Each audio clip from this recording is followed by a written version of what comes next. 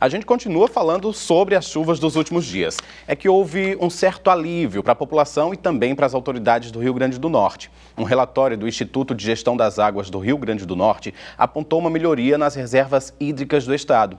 Para falar sobre o assunto, a gente conversa agora com o diretor-presidente do IGARNE, Josvan Cardoso. Josvan, muito obrigado pela entrevista, boa noite. Qual é a situação dos reservatórios do estado agora?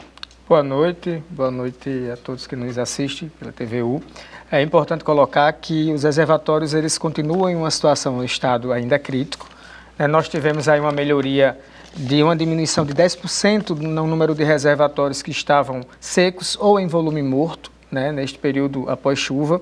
Isso quer dizer que nem todos os reservatórios que receberam água receberam uma quantidade que nós já possamos usá-las para aumentar a situação da infraestrutura hídrica, porque um reservatório, quando ele recebe uma mínima quantidade de água, ele deixa de ser seco e passa a entrar em volume morto. Mas nem por isso ele já tem condições de ofertar a água para serem utilizadas de maneira satisfatória ao sistema de recursos hídricos, seja para abastecimento humano, seja para demais usos múltiplos. Sim. Hoje nós estamos com aproximadamente 13 reservatórios em volume morto, reservatórios que estão assumindo um papel de condição possível, mas sem data, para poder estar recebendo uma maior quantidade de água quando tiver mais incremento de período chuvoso. Temos ainda 13 reservatórios secos no estado. 13. Esses reservatórios do estado que estão secos, eles não tiveram incremento nesse período chuvoso.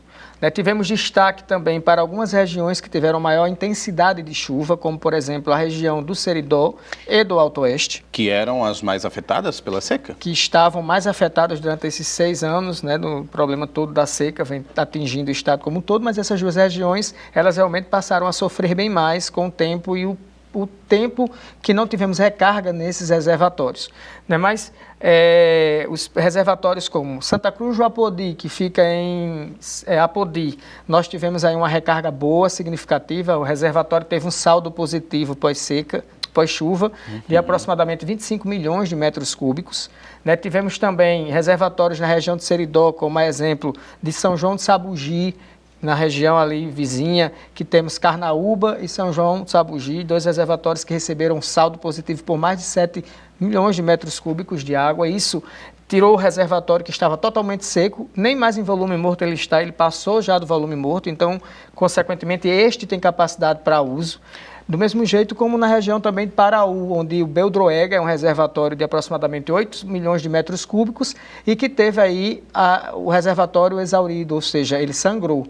Então, isso são algumas modificações ocorridas. Não gera de uma maneira total condição de trazer de novo um incremento a uma infraestrutura hídrica para funcionar, tanto para abastecimento humano, como falei anteriormente, quanto para os outros usos, Sim. Mas começa a ter um acalanto, principalmente nas regiões mais rurais do estado, onde os reservatórios são menores, em uma proporção de reservatórios menores que ou encheram ou tiveram uma boa recarga. Nesse cenário de que você falou agora, exemplificou agora, nas melhores regiões, digamos assim, já dá para projetar quanto tempo essa água vai garantir um abastecimento saudável, um abastecimento eficaz? Bom, região como, por exemplo, a cidade de Serra Negra do Norte, nós estávamos em entrada de colapso, ou seja, o reservatório estava secando e tinha aí aproximadamente uns 15 dias para que não tivéssemos mais como abastecer a cidade a partir dos reservatórios. Sim. A barragem é pequeno porte, nós tivemos aí aproximadamente 2,7 milhões de metros cúbicos de água na barragem, que também sangrou, e ela aí dá para um ano, exemplo. Então, são casos específicos, como a exemplo de Carnaúba, São João de Sabugi, que também vão dar aí um tempo para abastecimento das comunidades, que não são cidades tão grandes, que ajudará aí a chegar a outro tempo de inverno que possa vir com maior regularidade, ou até a continuidade deste inverno, como as probabilidades climatológicas e dos meteorologistas.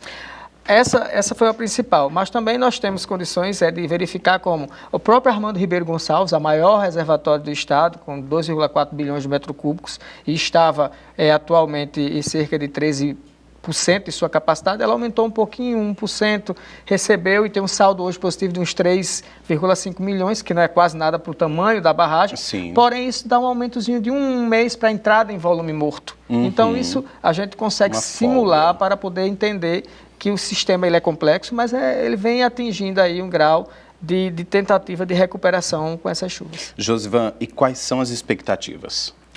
As expectativas é que continuemos aí uma quadra chuvosa com maior intensidade de chuva, né? As chuvas, elas não precisam ser tão rápidas de uma vez só com tanta chuva, porque isso deveria estar com mais tempo de permanência para que possa chegar Melhores até os reservatórios mais distribuídas, com mais intensidade.